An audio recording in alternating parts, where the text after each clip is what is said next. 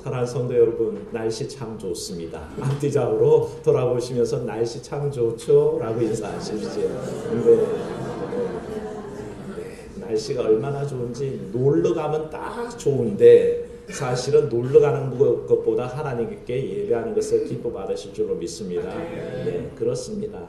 인간의 육신으로 보면 놀기 좋지만 사실은 영적으로 보면 예배하기 좋은 날입니다. 선선하고요. 또 좋은 날씨 가운데 예배하는 것 참 감사합니다.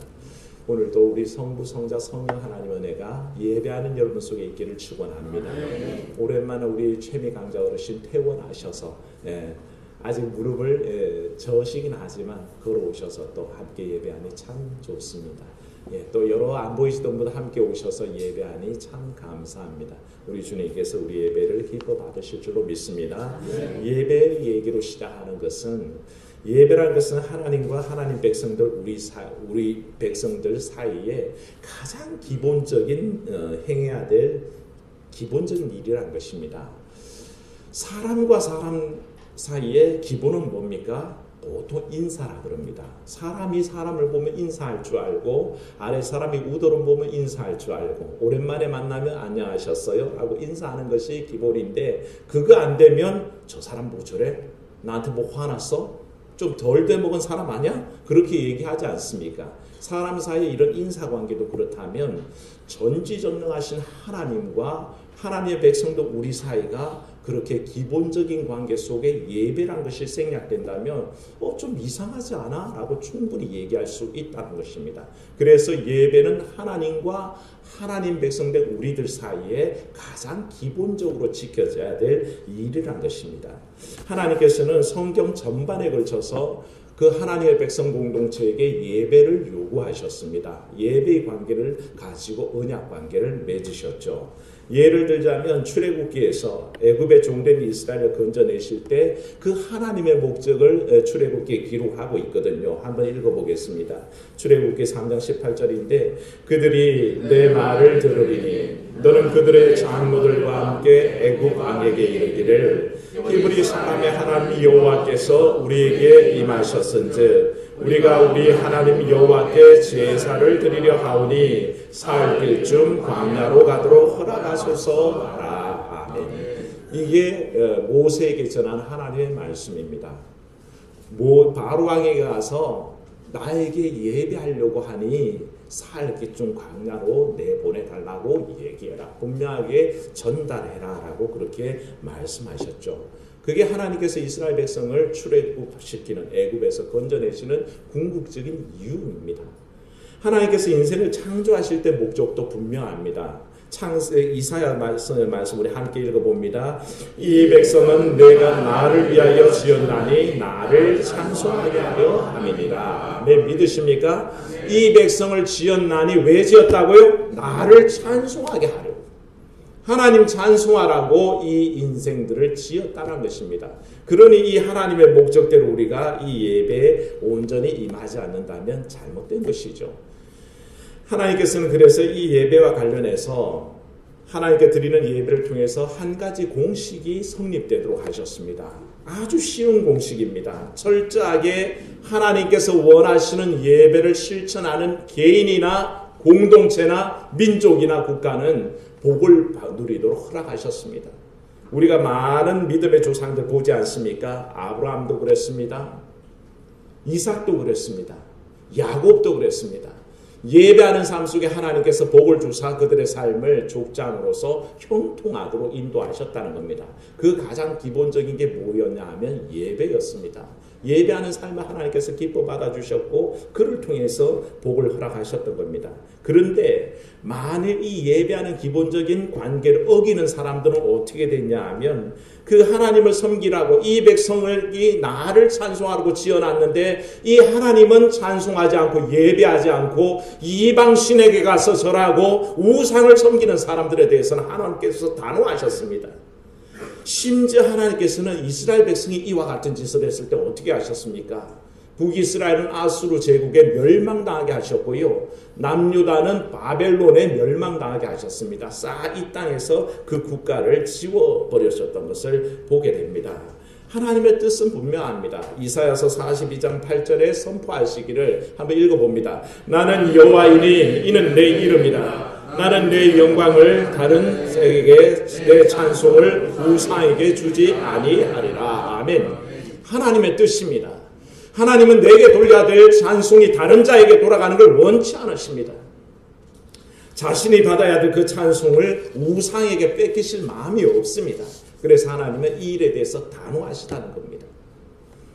이렇게 나라가 멸망당한 다음에야 이스라엘은 정말 후회를 했었죠. 눈물을 흘리면서 후회를 했습니다. 하나님을 찬양하던 그 악기들요 바벨론의 포로로 끌려가가지고 어떻게 하신지 압니까? 그 바벨론 강가에 버드나무에다 걸어놓고 통곡을 합니다. 하나님 찬양하라고 주셨던 이 악기를 저 이방 족속들이 우리를 위해서 유흥거리를 위해서 연주하라고 그러니 우리가 어찌 하나님 찬양하던 악기로 저들에게 유흥거리가 될 수 있겠습니까? 그러고는 버드나무에 걸어놓고 한염없이 울기만 했던 것을 보게 됩니다. 그때 역사가 단적인 예입니다. 하나님과 하나님 백성 사이에 예배라는 행위를 통해서 하나님 백성은 하나님을 경배하고 찬양하고 영광 돌립니다. 그럼 하나님은 어떻게 하십니까? 한없는 은혜와 또한 그 은총을 내려주시는 겁니다. 사랑하는 여러분, 예배 하나를 통해서 하나님께서는 한없는 은혜와 은총을 주시는 줄로 믿습니다. 그 큰 은혜를 우리가 기억해야 됩니다. 근데 이토록 하나님과 하나님 백성들 우리 사이에 중요한 예배, 참 중요한 예배인데 우리의 모습은 어떤가를 돌아보게 되는 거죠. 예배가 중요하고요. 또 예배드리는 우리가 중요합니다. 그래서 우리 마음은 참 중요하다는 것이죠. 예전에 영화 투캅스라는 영화를 기억하십니까? 안성기 씨하고 박중훈 씨가 주연으로 나왔는데 이 투캅스에서 박중훈은 이제 처음 신참 경찰이 되어서 정의감에 불타는 사람이었습니다. 어떻게 하든지 사회 정의를 구현하고 뛰어다니는데 고참 안성기는 비리 경찰입니다. 오래 경찰 생활을 하면서 삥도 뜯고 온갖 공갈 협박도 하는 그런 비리 경찰이었습니다. 근데 이 영화가 진행되는 중에 이 안성기 씨가 가족들과 더불어서 예배에 참석하는 장면이 나왔는데 예배를 한동안에 목사님이 기도를 하면 안성기가 이럽니다. 아멘. 아멘. 이러고 있는데 사람들이 이 장면에서 관람객들이 막 폭발을 합니다. 그냥 뭐라 그러죠 그걸? 막 폭수를 자아내면서 사람들이 그게 터져버리는 거죠. 빵 터집니다. 왜 그럴까요? 그 영화 속에서 안성기는 경찰로서 계속 비리만 저지르다가 예배 자리로 나가서 그 자리에서는 그저 앉아서 아멘 아멘 하고 있으니까 사람들 보기에 그게 웃기다는 것입니다. 그러니까 온전한 예배자로 이 땅에서 살지 않고 단지 예배 자리만 나와서 아멘 아멘 연발하는 모습은 단지 코미디 그 이상도 그 이하도 아니란 것입니다. 그냥 코미디라는 것입니다. 우리 어떻습니까? 우리의 예배는 비웃음거리가 되지 않겠습니까? 혹시 사람들이 내가 교회에 와 있을 때 예배 자리에 앉아 있는 것을 본다면 사람들이 웃을 일밖에 없다면 우리 예배가 과연 합당한 것이며 우리가 합당한 예배자일까 돌아봐야 한다는 것이죠. 구약 선지자들의 준엄한 음성을 먼저 들어봅니다. 아모스 5장 21절 이하입니다. 한번 읽습니다. 내가 너희 절기들을 미워하여 멸시하며 너희 성회들을 기뻐할 때 아니하나니 너희가 내게 번제나 소제를 드릴지라도 내가 받지 아니할 것이요 너희의 살찐 이생의 화목제도 내가 돌아보지 아니하리라. 내 노랫소리를 내 앞에서 그칠지어다. 내 비파 소리도 내가 듣지 아니하리라. 아멘. 아모스 선지자가 많이 화가 났습니다. 하나님 뜻을 전하는데 너희 예배하지 말아라. 노래도 부르지 말아라. 비파도 연주하지 말아라. 내가 너희 희생 받는 게 제사 받는 게 예배 받는 게 너무 피곤하다. 너희 예배는 받고 싶지가 않구나라는 그 음성을 전달하고 있습니다. 예레미야서 14장 이하에도 같은 말씀 나옵니다. 한번 읽어봅니다. 여호와께서 또 내게 이르시되 너는 이 백성을 위하여 복을 구하지 말라. 그들이 금식할지라도 내가 그 부르짖음을 듣지 아니하겠고 번제와 소제를 드릴지라도 내가 그것을 받지 아니할 뿐 아니라 칼과 기근과 전염병으로 내가 그들을 멸하리라. 아멘.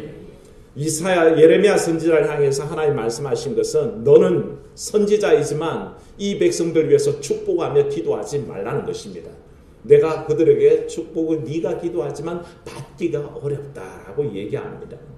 금식에도 그 부르짖음 안 들을 거고 번제와 소제 드려도 내가 그것을 받지 않겠다라고 선언하시는 하나님이시죠. 마지막으로 이사야 선지자의 선포를 우리가 같이 읽어봅니다.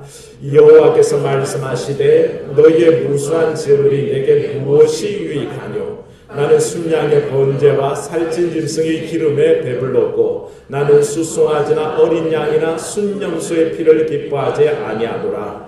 너희가 내 앞에 보이러 오나니 이것을 누가 너희에게 요구하였느냐? 내 마당만 밟을 뿐이니라. 헛된 재물을 다시 가져오지 말라. 분향은 내가 가증히 여기는 바요 월삭과 안식일과 대회로 모이는 것도 그러하니 성회와 아울러 악을 내가는 것을 내가 견디지 못하겠노라. 내 마음이 너희의 월삭과 정한 절기를 싫어하나니 그것이 내게 무거운 짐이라. 내가 지기에 곤비하였느니라. 너희가 손을 펼 때 내가 내 눈을 너희에게 가리고 너희가 많이 기도할지라도 내가 듣지 아니하리니 이는 너희의 손에 피가 가득함이라. 아멘. 여러분 이상하지 않습니까? 우리는 지금 아모스서와 예레미야서와 이사야서를 읽었습니다. 각기 다른 선지자들입니다. 그럼에도 불구하고 동일한 목소리를 내어서 하나님의 뜻을 전달하는 것은 처음에 말씀드렸습니다. 예배라는 것은 하나님과 하나님 백성들 우리 사이에 가장 지켜져야 될 일반적인 가장 기본적인 일이라고 하지 않았습니까? 근데 하나님 측에서 우리가 하나님 앞에 드려야 될 마땅한 도리인 예배를 받지 않겠다라고 거부하시는 겁니다. 왜 그럴까요? 우린 그걸 생각해야 된다는 것입니다. 왜 하나님과 우리 사이의 가장 기본적인 언약 관계의 기본적인 일인데 하나님은 우리가 드리는 예배를 싫다. 너희가 드리는 기름이 이미 배부르다. 너희가 가져온 것들이 가증스럽다라고 얘기할까요? 그걸 우리가 잘 생각해야 합니다. 하나님 앞에 하나님께서 요구하시는 것은 예배자, 곧 하나님을 진심으로 경배하기를 원하는 자는 자기 자신이 예배하고 있는 하나님이 어떤 분이신지도 알아야 하고 그분에게 합당한 예배자가 되기 위해서 내가 어떻게 행동하며 어떻게 말하며 어떻게 살아야 될지를 알아야 합니다. 자기 자신을 돌아봐서 온전함을 회복하지 않는다면 하나님께서 그 예배를 안 받는다라고 얘기하신다는 거죠. 요즘 요한계시록을 새벽 묵상을 통해 나누고 있습니다만 요한계시록에 자주 등장하는 용어가 뭐냐 하면 흰옷 입은 자라는 용어입니다. 복음서에서는 다른 말로 예복을 입은 자라고 표현하기도 하지만 같은 의미죠. 4대 교회를 책망하십니다. 4대 교회는 하나님께서 책망거리를 쭉 얘기를 하시다가 순전히 책망받을 일밖에 없는 것 같았는데 마지막 희망을 줄 수 있는 것이 하나 있다라고 얘기하시면서 하신 말이 너희 중에 그나마 흰옷 입은 자들이 있다라고 얘기를 하십니다. 그 사람들이 희망이요 흰옷 입고 자기를 지키는 사람들이 하나 앞에 희망거리라고 칭찬을 하시죠. 요한계시록 3장 4절 읽어봅니다. 그러나 4대에 그 옷을 더럽히지 아니한 자 몇 명이 내게 있어 흰옷을 입고 나와 함께 다니리니 그들은 합당한 자인 연고라. 아멘. 교회가 책망받기에만 딱 좋은 교회인데 하나님께서 살피다 봤더니 그 중에 오늘 말씀 보십시오. 몇 명이라 그랬습니다. 전부가 아닙니다. 4대 교회 중에 몇 명을 가만히 보니 한 두세 사람이 그나마 남아있어서 하나님과 함께 다니고 흰옷을 입고 있는 겁니다. 정결한 삶을 산다는 뜻이죠. 하나님 앞에 합당하게 산다는 뜻입니다. 그래서 하나님께서 4대 교회를 책망할 뿐더러 또한 칭찬도 하시는 것을 보게 됩니다. 나는 부자요 부유하여 부족한 것이 없다고 잘난 척했던 교회가 있습니다. 어느 교회냐면 라오디게아 교회입니다. 라오디게아 교회는 자기가 부자요 부유해서 부족한 것이 없고 다 풍족하다고 잘난 척을 했는데 하나님께서 이 라오디게아를 책망하실 때에 너희 벌거벗은 수치를 알아라. 너희가 뭔가 입고 있다고 생각하고 뭔가 드러낼 게 있다라고 생각하느냐? 아니, 너희는 벌거숭이다. 벌거벗은 존재에 불과하다라고 얘기하십니다. 그러면서 하신 말씀이 너희는 수치를 알고 흰옷을 사서 입어 수치를 면하라라고 그렇게 권면하십니다. 한번 말씀 읽어볼까요? 내가 너를 권하노니 내게서 불로 연단한 금을 사서 부요하게 하고 흰옷을 사서 입어 벌거벗은 수치를 보이지 않게 하고 안약을 사서 눈에 발라 보게 하라. 아멘. 그겁니다. 하나님 앞에 온전한 흰옷 입은 사람들, 흰옷으로 자기를 가리고 하나님 앞에 정결한 삶, 정결한 예배, 받으실 만한 예배로 거듭나지 않으면 하나님께서 그 인생 받기가 힘들고 그들이 드린 예배를 용납하기가 힘드시다는 거죠. 예수님께서도 같은 의미에서 천국잔치의 비유를 알려주시면서 주인이 잔치자리에 들어왔는데 두 손님들을 눌러보니 그 중에 한 명이 예복을 입고 있지 않는 겁니다. 그래서 이 예복 입지 않은 사람을 책망하는 대목이 나오면서 그 사람을 어떻게 하는지 알려주셨는데요. 말씀 한번 읽어볼게요.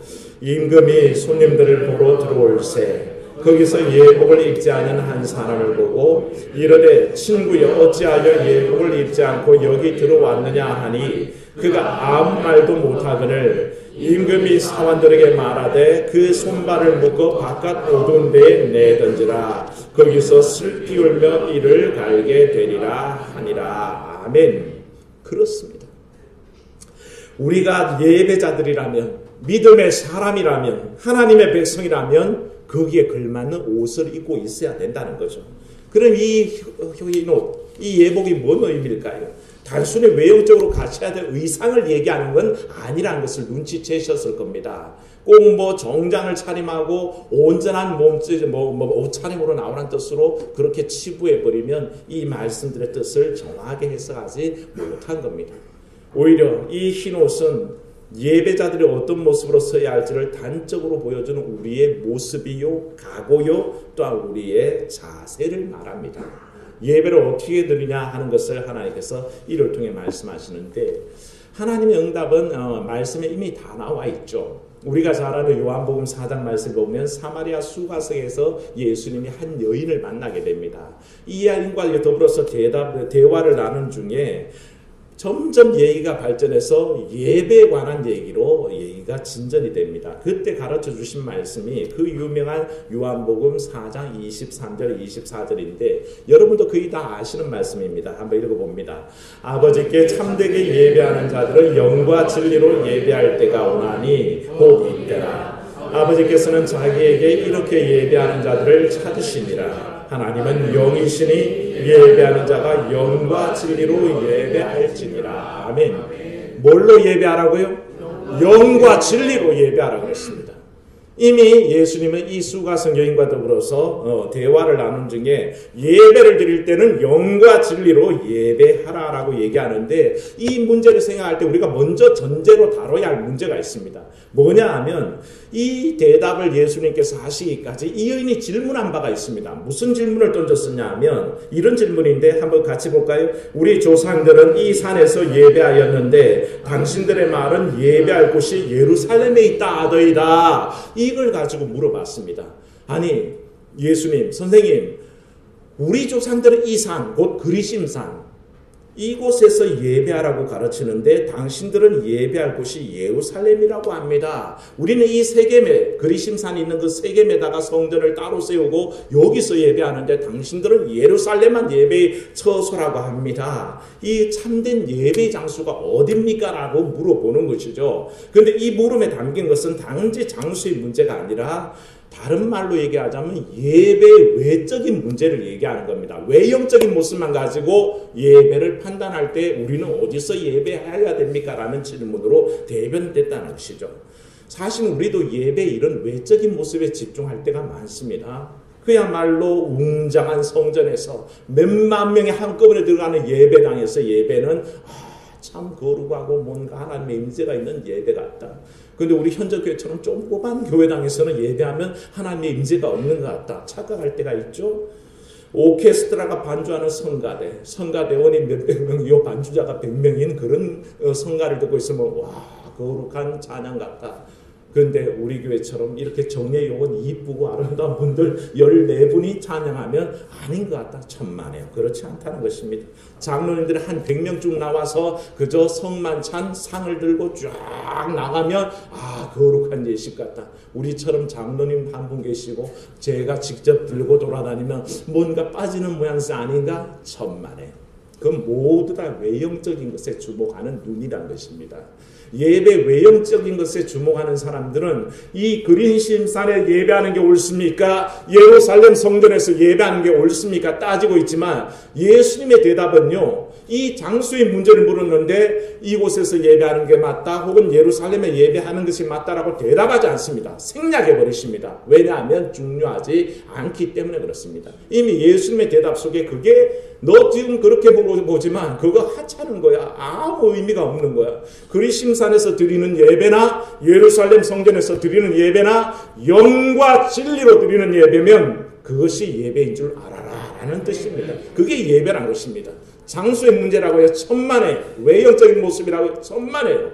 예배는 영과 진리로 드릴 때에 어느 장소에든지 어느 때든지 드릴 때 하나님께서 받는 예배라는 것입니다. 하나님께서 바로 이 영과 진리라는 단어를 가지고 예수님은 예배의 참 의미를 설명해 주신 것을 알게 됩니다.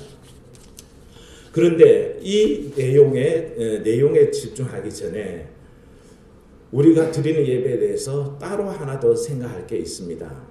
과연 영으로 드리는 예배가 뭔지, 예수님의 말씀하시기를 아버지께 참되게 예배할 때 영과 진리로 예배한다고 선포하셨는데 영으로 드리는 예배가 뭔가 설명하자면 굉장히 긴 내용이라서 짧게 설명하고 넘어가겠습니다만, 영으로 예배하는 예배 한번 따라합시다. 영으로 드리는 예배는 사람이 주도하지 않습니다.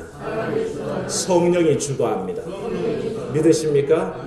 사람이 주도하는 예배는 사람의 인위적인 요소가 가미돼서 사람 마음대로 하려고 합니다만, 영적인 예배는 성령이 주관하십니다. 나도 없어지고 세상도 사라지고 오직 구속한 주만 보이는 겁니다. 세상과 나는 간 곳 없고 구속한 주만 보이도다. 아멘. 그겁니다. 참된 예배란 것은 세상도 없어지고 나도 없어지고 오직 구속한 주만 보입니다. 진리신 예수님만 보이는 겁니다. 그 예배가 영과 진리로 드리는 예배입니다. 그래서 바울은 로마서 12장 1절에 보면 우리의 영적 예배의 의미를 가르쳤는데 이걸 한번 읽어봅니다. 그러므로 형제들아, 내가 하나님의 모든 자비하심으로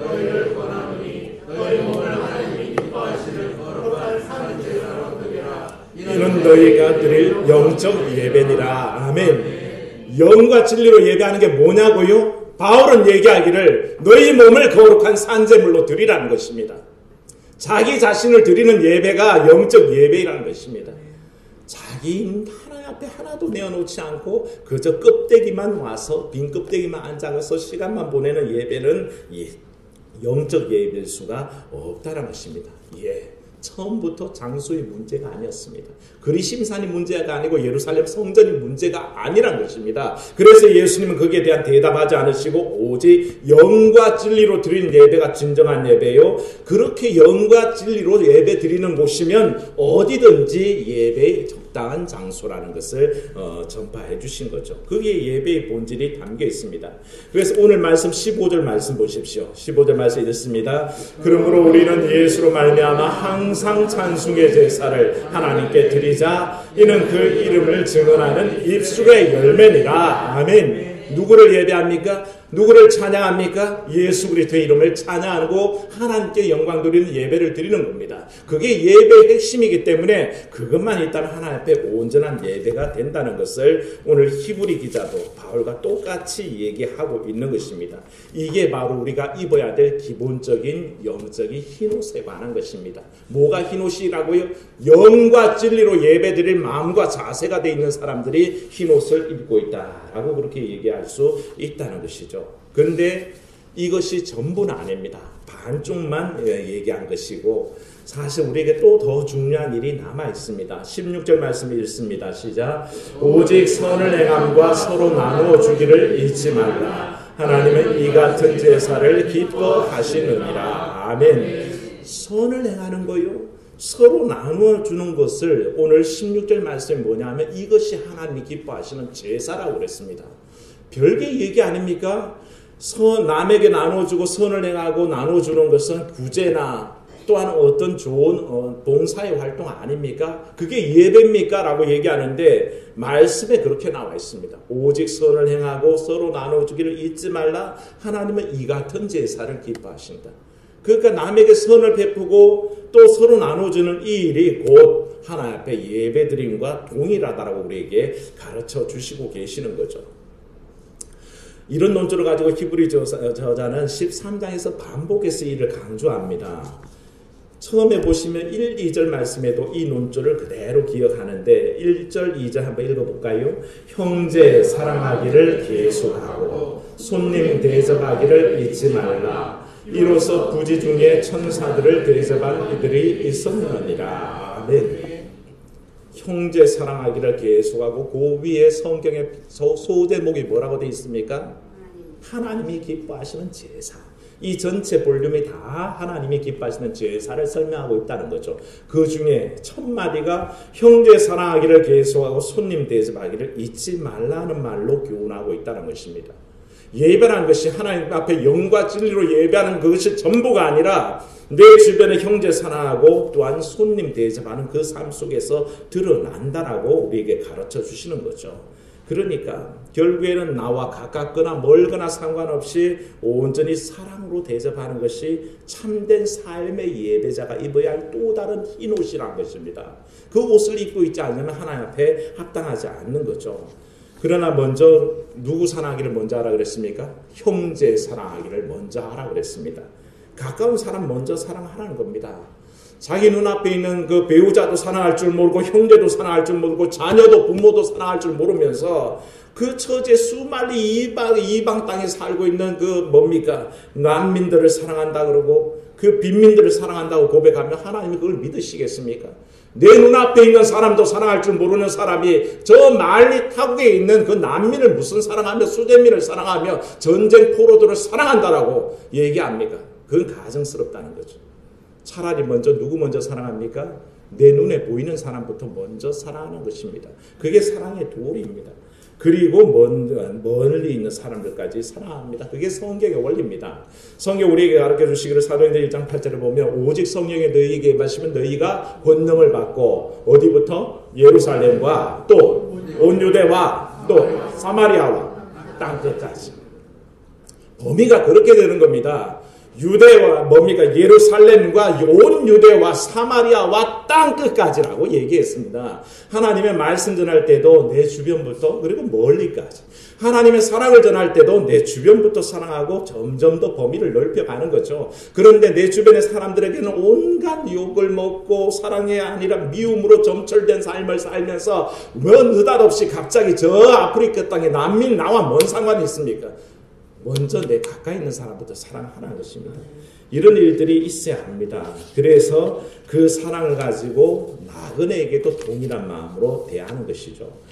나그네라고 오늘 말씀이 써져 있지만 1절 말씀에 이 나그네라고 번역된 헬라 크세노스는 사실은 다른 뜻도 동시에 갖고 있습니다. 전통적으로 그냥 이방인을 지칭할 때 크세노스라고 하는데 여기엔 또 다른 뜻으로 소외된 사람, 버림받은 사람이라는 뜻이 내포되어 있습니다. 그러니까 나그네라는 뜻은 그저 이방 사람, 낯선 사람 그것을 뜻하지만 동시에 소외되었거나 버림받은 사람도 크세노스라는 겁니다. 그런 사람들에 대해서 그 사람들을 기억하라, 생각하라, 잊지 말라라고 얘기하는 것이죠. 무슨 뜻일까요? 한번 따라합시다. 사람도 사랑 못하면서 하나님을 사랑한다 하지 마세요. 이해되십니까? 사람도 사랑하지 못하면서 내 주변의 사람도 사랑 못하면서 감히 하나님 사랑한다라고 얘기하지 말라는 것입니다. 그게 하나님 보시기에 가증스럽다는 겁니다. 사랑이 절대 보여지지 않는 모습으로 살면서 하나님을 사랑한다고요? 그러니까 하나님의 그 예배를 받으실 수가 없는 겁니다. 하나님 사랑한다고 고백하며 예배하는 것인데 실제로 내 주변의 사람도 사랑하지 못한다면 하나님은 어찌 그 마음을 받겠습니까? 2절에도 똑같은 논조로 얘기합니다. 두 번째 3절 말씀 읽어봅니다. 시작. 너희도 함께 갇힌 것 같이 갇힌 자를 생각하고 너희도 몸을 가졌은 듯 학대받는 자를 생각하라. 아멘. 갇힌 자와 학대받는 자를 생각해야 한다는 것입니다. 이 모든 논리가 이어져서 바로 이 모든 것이 선을 행함과 나누어 주기를 잊지 말라. 이게 하나님께서 기뻐 받으시는 예배라고 얘기하는 겁니다. 갇힌 자, 학대받는 자, 앞서 말한 나그네와 동일한 사람들인데 이런 사람들을 외면하면서 하나님을 사랑한다 하는 것은 진정한 예배자의 태도가 아니란 것입니다. 나아가 스스로 남을 올가매고 학대하는 삶을 살면서 내가 하나님을 사랑합니다, 예배합니다 하는 것도 옳지 않다라고 말씀하고 있는 겁니다. 사랑하는 여러분, 오늘 말씀은 선을 행함과 나누어 주는 삶으로 드리는 예배가 하나님께서 기뻐 받으시는 예배라고 말씀하시죠. 그러므로 사랑하는 여러분, 이제는 우리가 생각합니다. 정리합니다. 우리의 예배는 언제 시작됩니까? 주일날 11시가 돼서 종을 땅땅땅 3번 치면 그때 시작한다고 생각하십니까? 천만에. 우리의 예배는 이미 우리가 살고 있는 가정에서, 직장에서, 사회 속에서 이미 시작되어 있습니다. 그 예배들을 살다가 주 앞에서 이제 온전한 삶으로 고백하고 모든 것이 하나님 앞에 고백되어지면 상달되는 그 시간이 예배로 완성되어지는 겁니다.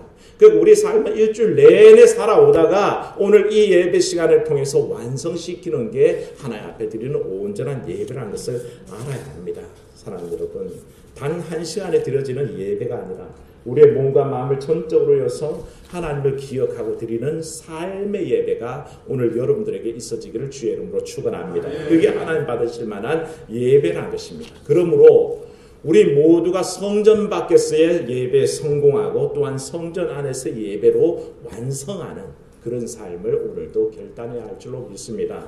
그런 성도들 다 되시기를 주의 이름으로 축원합니다. 은혜로우신 아버지 하나님, 예배에 대해서 우리가 깊이 생각합니다. 하나님, 우리는 그저 주일날 1시간 나와서 머리 조아려서 하나님 사랑합니다, 예배합니다, 찬양합니다 라고 하기만 하면 예배가 끝난 줄 알지만 오늘 말씀을 통해서 우리가 선을 행하고 나누어 주는 것을 잊지 않을 때에, 이웃을 향한 사랑이 넘쳐날 때에 이 같은 제사, 이 같은 예배를 기뻐하신다고 하셔서 우리로 하여금 예배를 되돌아보게 하시니 감사합니다. 하나님, 예배 자리에서 하나님 사랑합니다 하는 이 고백이 거짓말되지 않게 도와주시옵소서. 내가 아버지 하나님 가정에서, 직장에서, 나와 만나는 이웃들 속에서 참으로 진정으로 온전한 모습을 갖추었기에, 그때 사랑을 실천했기에, 그때 하나님 뜻을 전했기에 오늘 이 예배가 하나님 앞에서 여전히 사랑합니다는 고백이 진실이 되게 하시고 하나님이 충분히 받으실 만한 그런 귀한 고백되게 도와주시옵소서.